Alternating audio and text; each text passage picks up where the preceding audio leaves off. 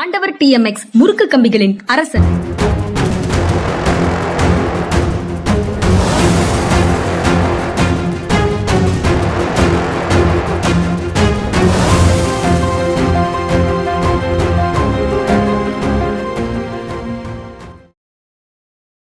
வணக்கம். இது மனிதா மனிதா.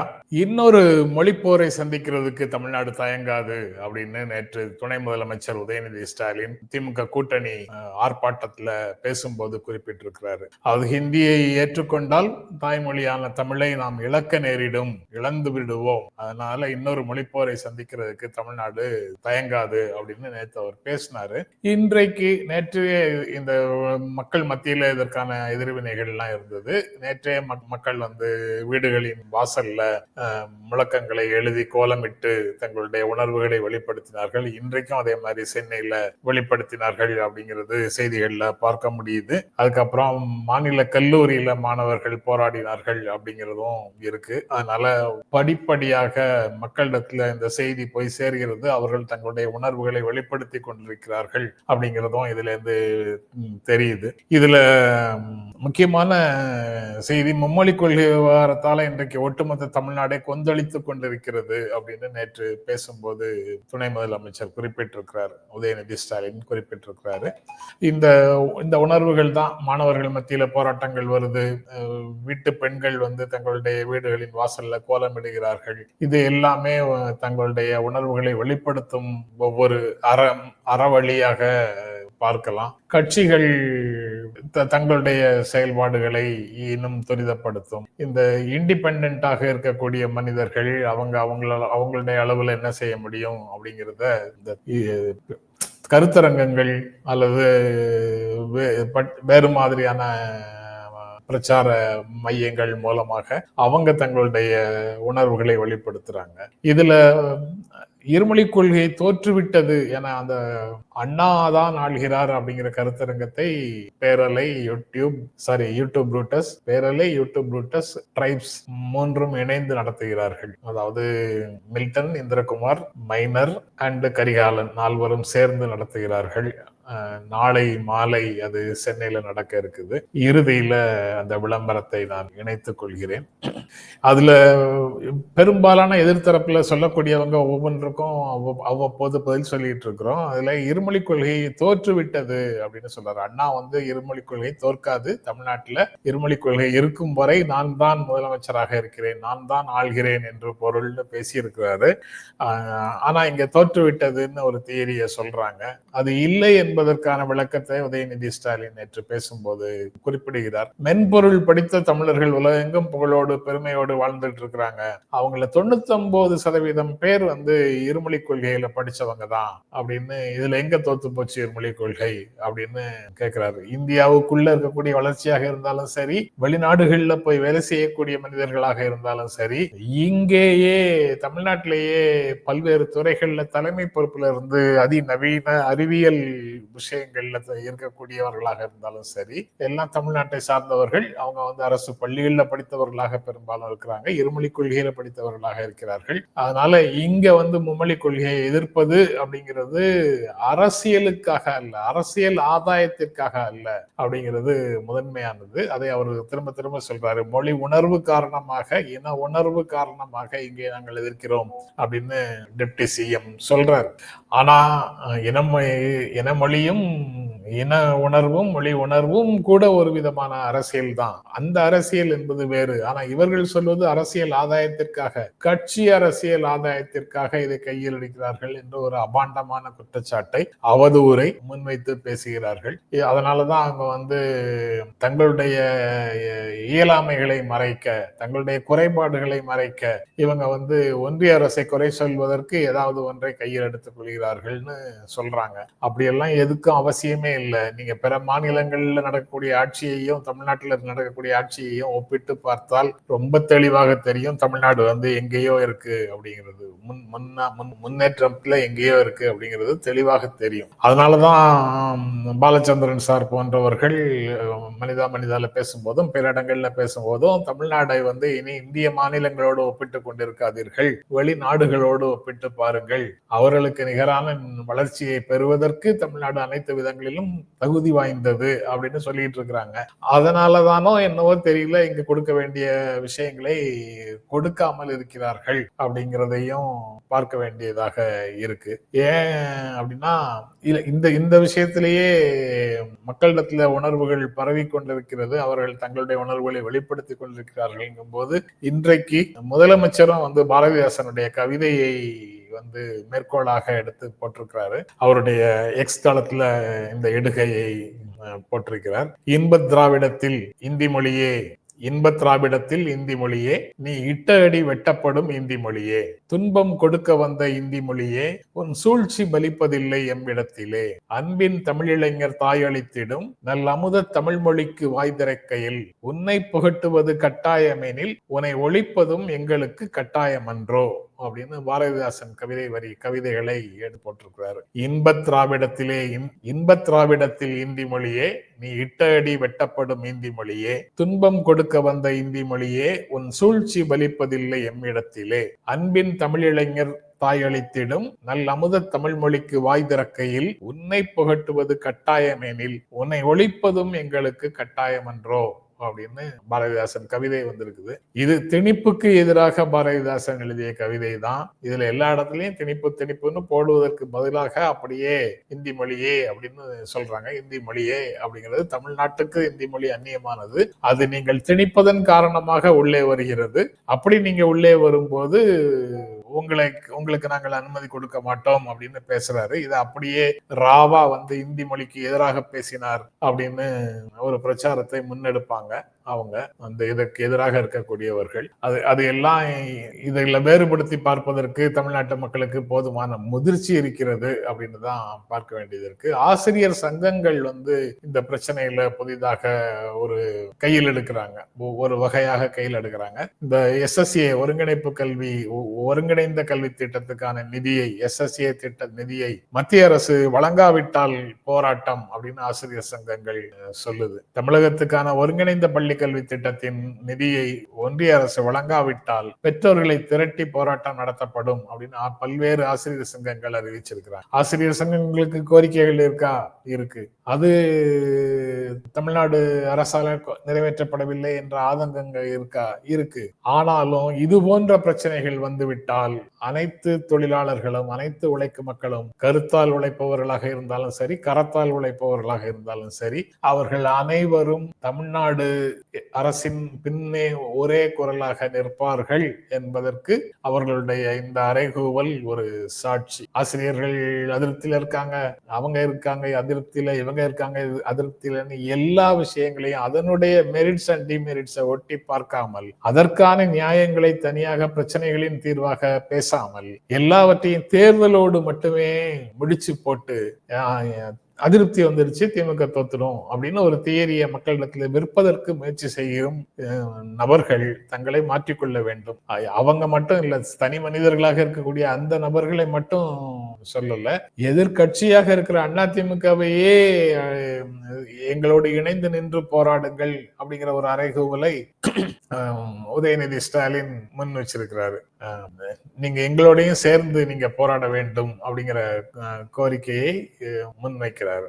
இது இந்த மாதிரி அந்த சைட்ல ஒரு டெவலப்மெண்ட் போய்கொண்டு இருக்கும் போது வெந்த பொண்ணிலே வேல் அப்படின்னு சொல்லுவாங்களே, எரியிற தீயில எண்ணெயை ஊத்துற மாதிரின்னு சொல்லுவாங்களே, அந்த மாதிரி இன்னொரு செய்தி இன்னைக்கு வருது. 2024-25 ஆண்டுக்கான தேசிய பேரிடர் நிவாரண நிதியை ஒன்றிய அரசு விடுவிச்சிருக்காங்க.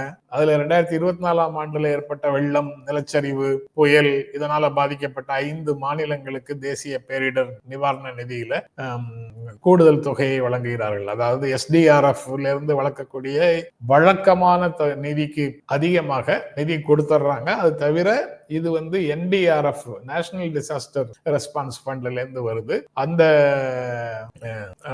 அமௌண்ட்ல 5 மாநிலங்களுக்கு கொடுக்கறாங்க. அப்ப மீதி மாநிலங்களுக்கு கொடுக்கலங்கிறது ஒண்ணு இருக்கு. படிப்படியாக ரிலீஸ் பண்ணுவாங்களா அப்படிங்கறத பத்தியும் தெரியல, அதை பற்றி எதுவும் குறிப்பு இல்லை. அவங்க செலக்ட் கமிட்டி, உயர்மட்ட குழு, அதாவது உள்துறை அமைச்சர் அமித்ஷா தலைமையிலான உயர்மட்ட குழு கூடி முடிவு செய்து இதை அனுப்புகிறார்கள். 1554.99 கோடி கூடுதல் தொகையை தேசிய பேரிடர் நிவாரண நிதியின் கீழே அவங்க கொடுக்கறாங்க, ஒப்புதல் கொடுத்திருக்கிறாங்க.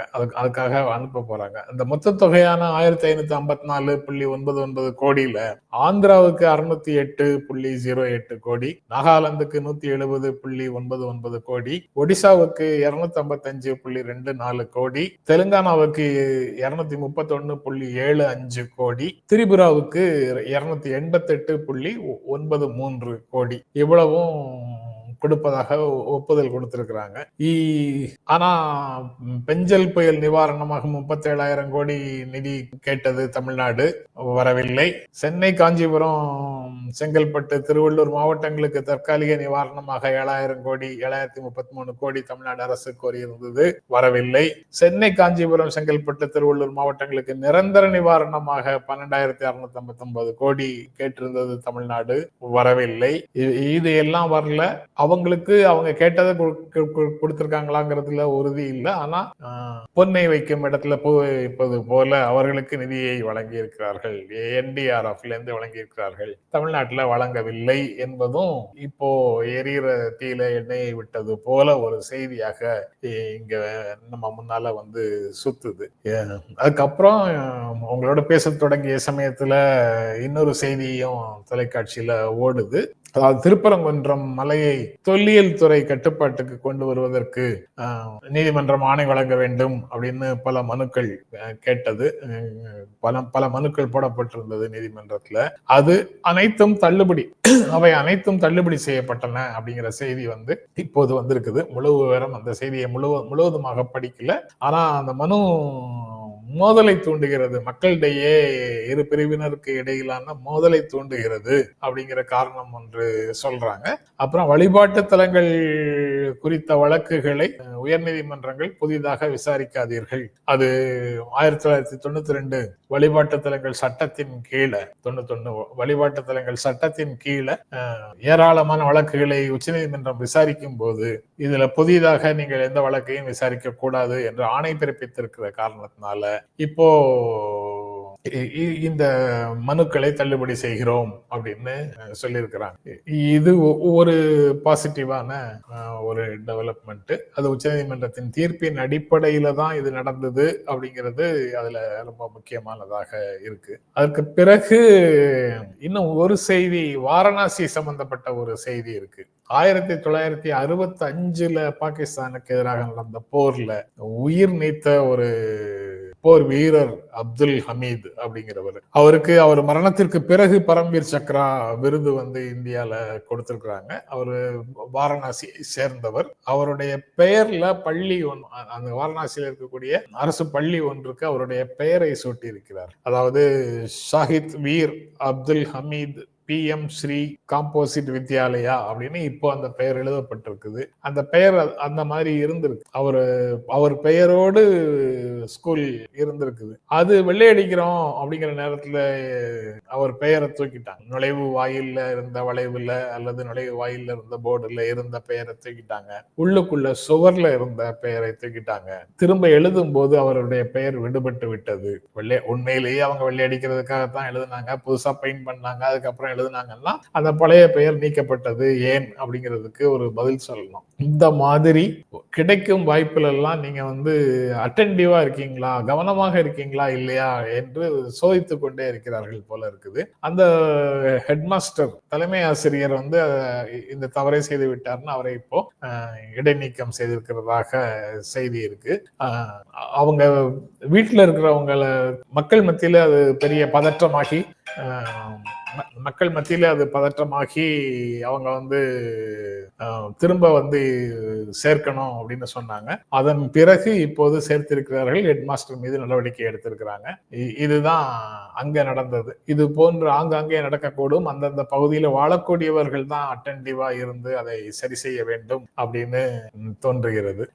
அதை தவிர வேற ஒன்றும் அதுல பெரிய, அதாவது எப்படியெல்லாம் அந்த பெயர்களை நீக்குகிறார்கள்ங்கிறது ஒரு முக்கியமான செய்தி. அட்டென்டிவா இருக்கணும் அப்படிங்கிறது ஒரு செய்தி. இன்னும் ஒரு முக்கியமான செய்தி, உதயநிதி ஸ்டாலின் நேற்று பேசியதிலிருந்து தான், அது போராட்டத்துல பேசல, தமிழ்நாடு சிறை மீண்டோர் நலச்சங்கத்தின் சார்பாக விடுதலை பெற்ற ஒரு 750 முன்னாள் சிறைவாசிகளுக்கு உதவித்தொகை வழங்கக்கூடிய ஒரு நிகழ்ச்சி. அதுல பேசும்போது ஒரு முக்கியமான ஒரு செய்தி சொல்றாரு. அந்த செய்திக்காகத்தான் அதற்காக கூடுதல் நேரம் எடுக்கிறேன். அனைத்து சிறைச்சாலைகளிலும் நூலகங்கள் அப்படின்னு, நூலகங்கள் வெளி உலகத்துல இருக்கு, நகரங்கள்ல இருக்கு, கிராமங்கள்ல இருக்கு, எல்லா இடங்கள்லயும் இருக்குது. கல்வி அறிவு ஒரு பக்கம் வளர்க்கப்பட்டு கொண்டே, பள்ளிகள் கல்வி நிறுவனங்கள் மூலமாக அரசு ஒரு பக்கம் வளர்த்து கொண்டே போகும். அதே நேரத்துல மக்களிடத்துல பொதுவான விஷயங்கள் தொடர்பான உணர்வு நிலை மேம்பட வேண்டும் என்பதற்காக நூலகங்களும் சிறந்த முறையில நிறுவிட்டு வருது அரசு. தமிழ்நாடு அரசினுடைய அந்த முயற்சிகள் பல அறிஞர்களால பாராட்டப்படுகின்றன. இப்ப சிறைகளிலும் நூலகங்கள் அப்படின்னு சொல்றாங்க. நீங்க வெளியில இருக்கக்கூடிய மனிதர்களை பண்படுத்துவதற்கு நூலகங்கள் அப்படின்னு சொல்றோமே, அந்த பண்படுத்தும் முயற்சியை சிறையில இருக்கக்கூடியவர்களிடம் நாம கைவிட்டு விடக்கூடாது என்ற உணர்வு அனைத்து சிறைச்சாலைகளிலும் நூலகங்கள் அப்படிங்கிற செய்திக்கு உள்ள இருக்கு. தமிழ்நாடு அரசு, குறிப்பாக முதலமைச்சர் ஸ்டாலினும் துணை முதலமைச்சர் உதயநிதி ஸ்டாலினும் இது போன்ற ரிஃபார்மேட்டிவ் நடவடிக்கைகளை தீவிரப்படுத்துகிறார்கள்ங்கிறது பாராட்டப்பட வேண்டிய ஒரு முயற்சியாக நான் நினைக்கிறேன். சிறையை நாங்க எப்போதுமே தண்டனைக்குரிய இடமாக பார்ப்பது இல்லை, சீர்திருத்தத்துக்கான இடமாகவே பார்க்கிறோம். வெளியில சிறைக்கு போயிட்டு வெளியில வந்தவங்க வாழ்வாதாரத்தை மேம்படுத்திக் கொள்ள உதவிடும் விதத்துல ஒரு அமைப்பை உருவாக்கி அதன் மூலமாக பொருளாதார உதவிகளை செய்வதுதான் உண்மையிலேயே சமூக சீர்திருத்தத்தினுடைய முழுமை பெற்றதான வடிவம் அப்படின்னு பேசியிருக்கிறார். கரெக்ட், அவர் பேசியிருக்கிறது ரைட்டு. முக்கியமாக நம்ம ஏற்கனவே மனிதாவை தொடர்ந்து பார்த்துட்டு இருக்கிறவங்களுக்கு தெரியும். அது நம்மளுடைய நீதி முறைமை சீர்திருத்துவதற்கான முறைமை, தண்டிப்பதற்கான பழிவாங்கல் தண்டனை போன்றவற்றில் உண்டான அப்ரோச் கிடையாது. அதாவது பழிவாங்கல்னா ஒருவருக்கு ஒரு தீங்கு செய்த அதே தீங்கை உனக்கும் இழைப்போம் அப்படின்னு சில நாடுகள்ல இருப்பது போன்ற ஒரு ரிட்ரிபியூஷனை அடிப்படையாக கொண்ட பழிவாங்கும் உணர்வை, அதே தண்டனையை திரும்ப வழங்குவது, குற்றம் என்ன குற்றமோ அதே குற்றத்தை மீண்டும் இவருக்கு இழைப்பது அதிகாரப்பூர்வமாக அப்படிங்கிற அணுகுமுறை நம்ம கிட்ட கிடையாது. ஏதோ ஒரு வேகத்துல ஒரு குற்றம் செய்கிறார், அவருக்கு தண்டனையை கொடுக்கிறோம். அவருக்கு தண்டனையின் நோக்கம் அவரை சீர்திருத்துவது அப்படின்னு ஒரு அப்ரோச்சை நம்ம வச்சிருக்கிறோம். அந்த அப்ரோச்சை இங்க பல முறை பேசியிருக்கிறோம். Retributive justice, ரிஃபார்மேட்டிவ் justice, restorative justice அப்படின்னு பேசியிருக்கிறோம். அதாவது குற்றம் நிகழாத ஒரு சூழலை உருவாக்குவது அப்படின்னு. அந்த சூழலுக்கான அறைகூவலையும் முதலமைச்சர் காவல்துறை அதிகாரிகளோட பேசும்போதெல்லாம் சொல்லிக்கிட்டே தான் இருக்கிறாரு. அதையும் கவனிச்சு அவருடைய உரைகள்ல இருந்து மனிதால பாலச்சந்திரன் சாரும் நானும் அடிக்கடி எடுத்து அதை பற்றி பேசியும் இருக்கிறோம். அது அந்த உணர்வுகள் எல்லாம் முதலமைச்சர், துணை முதலமைச்சர் உதயநிதி ஸ்டாலினுடைய நேற்றைய பேச்சுல, அந்த உரையில பார்க்கும்போது பாராட்ட தோன்றுகிறது அப்படிங்கிறது முக்கியமான விஷயம். இன்று எடுத்துக்கொண்ட செய்திகள் இதுதான். இந்த நாளைய கருத்தரங்கத்துக்கான விளம்பரம், அதை மீண்டும் இன்றைக்கும் அண்ணாதான் ஆள்கிறார் என்கின்ற தலைப்பில் சிறப்பு கருத்தரங்கம். மாண்புமிகு பள்ளிக்கல்வித்துறை அமைச்சர் அன்பில் மகேஷ் பொய்யாமொழி அவர்கள் சிறப்புரையாற்றுகின்ற கருத்தரங்கம். பத்திரிகையாளர்கள் ஆழி செந்தில்நாதன், ஜென்ராம், யூடியூப் ரூட்டஸ் மைனர், டிரைப்ஸ் கரிகாலன், பேரலை மில்டன், இந்திரகுமார் தேரடி ஆகியோர் கருத்துரையாற்றுகின்ற சிறப்பு கருத்தரங்கம் பிப்ரவரி 20 வியாழன் மாலை 5 மணிக்கு தமிழ் இணைய கல்விக் கழக அரங்கம், கோட்டூர்புரம், அண்ணா நூலகம் அருகில். அனுமதி இலவசம், அனைவரும் வருக. நண்பர்களே, உங்களுக்கு எங்கள் அன்பும் நன்றியும். மீண்டும் சந்திப்போம். நன்றி, வணக்கம்.